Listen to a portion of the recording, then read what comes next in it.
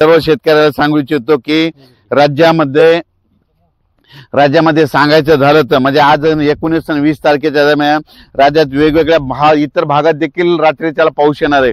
पण राज्यात सांगायचं झालं तर तुम्हाला एक सांगू इच्छितो की म्हणजे आता 19 आणि 20 तारखेपर्यंत पाऊस राहणार आहे। पण त्याच्यानंतर काय होणार आहे, पूर्व विदर्भ, पश्चिम विदर्भ, दक्षिण महाराष्ट्र, उत्तर महाराष्ट्र, कोकणपट्टी, खानदेश सगळीकडे काय होणार आहे, 21 तारखेपासून हा पावसाचा जोर ओसरणार आहे। म्हणून हा अंदाज लक्षात घ्यायचा।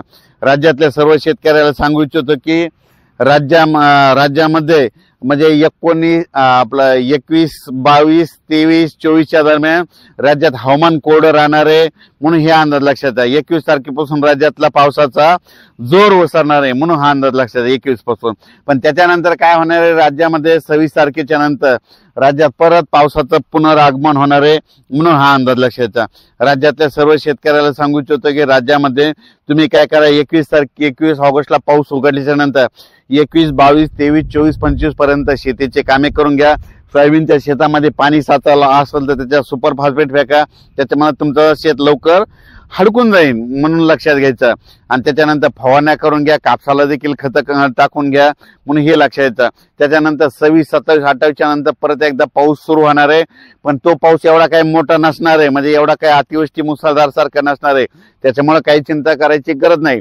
पण हे पाऊस तुम्हाला सांगतो 26, 27, 28च्या नंतर जो येईल ना, ते काय होणार आहे, नागपूर जिल्हा, वर्धा जिल्हा, त्याच्यानंतर अमरावती जिल्हा, यवतमाळ जिल्हा, वाशिम जिल्हा, अकोला जिल्हा, नांदेड जिल्हा, परभणी जिल्हा, बुलढाणा जिल्हा, अकोला, त्याच्यानंतर जालना जिल्हा, संभाजीनगर, जळगाव जिल्हा, अहिल्यानगर, त्याच्यात मुंबई, पुणे, नाशिक, नंदुरबार, धुळे, जळगाव या पट्ट्यामध्ये 26, 27 हा पाऊस राहणार आहे।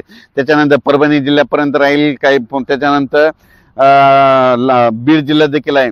आणि त्याच्यानंतर काय होणार, 28, 29च्या नंतर थोडा पाऊस काय होईल, महाराष्ट्रामध्ये विखुरलेला स्वरूपात राहील, म्हणून हे लक्षात। पण आता राज्यातल्या पश्चिम महाराष्ट्रामध्ये म्हणजे कोल्हापूरच्या शेतकऱ्यासाठी तुम्हाला एक सांगू इच्छितो की काय होईल, आज 19 तारखेला आणि 20 तारखेच्या दरम्यान पुण्याकडे खूप पाऊस पडणार आहे, काही ठिकाणी अति मुसळधार पडणार आहे। त्याच्यामुळे काय होणार आहे, त्या नद्याला पूर येणार आहे, त्याचं पाणी काय होणार आहे, तिकडे सांगलीकडे, साताराकडे गेल्यामुळे काय होतं की तुम्हाला एक सांगू इच्छितो की तिकडे पूर परिस्थिती निर्माण होते। तर कोल्हापूरच्या जनतेला सांगू इच्छितो की कोल्हापूरमध्ये तुम्हाला एक सांगायचं झालं तर म्हणजे आता फक्त 19 आणि 20 तारखेपर्यंत तुमच्याकडे पावसाचं वातावरण आहे। 21च्या नंतर पावसाचा जोर कमी होणार आहे, म्हणून हे लक्षात येतं। त्याच्यानंतर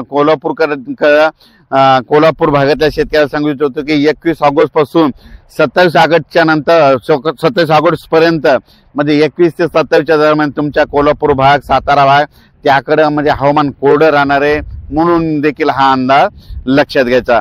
म्हणजे तुमच्यामध्ये एवढा काही पाऊस नसणार आहे, त्याच्यामुळे हे लक्षात घ्यायचं। पण त्याच्यानंतर काय होणार आहे, 28, 29, 30 तारखेला कोल्हापूर, सांगली, सातारा, कोकणपट्टीमध्ये परत तिकडे पाऊस म्हणजे पावसाची सुरुवात होणार आहे, म्हणून हे लक्षात घ्यायचं।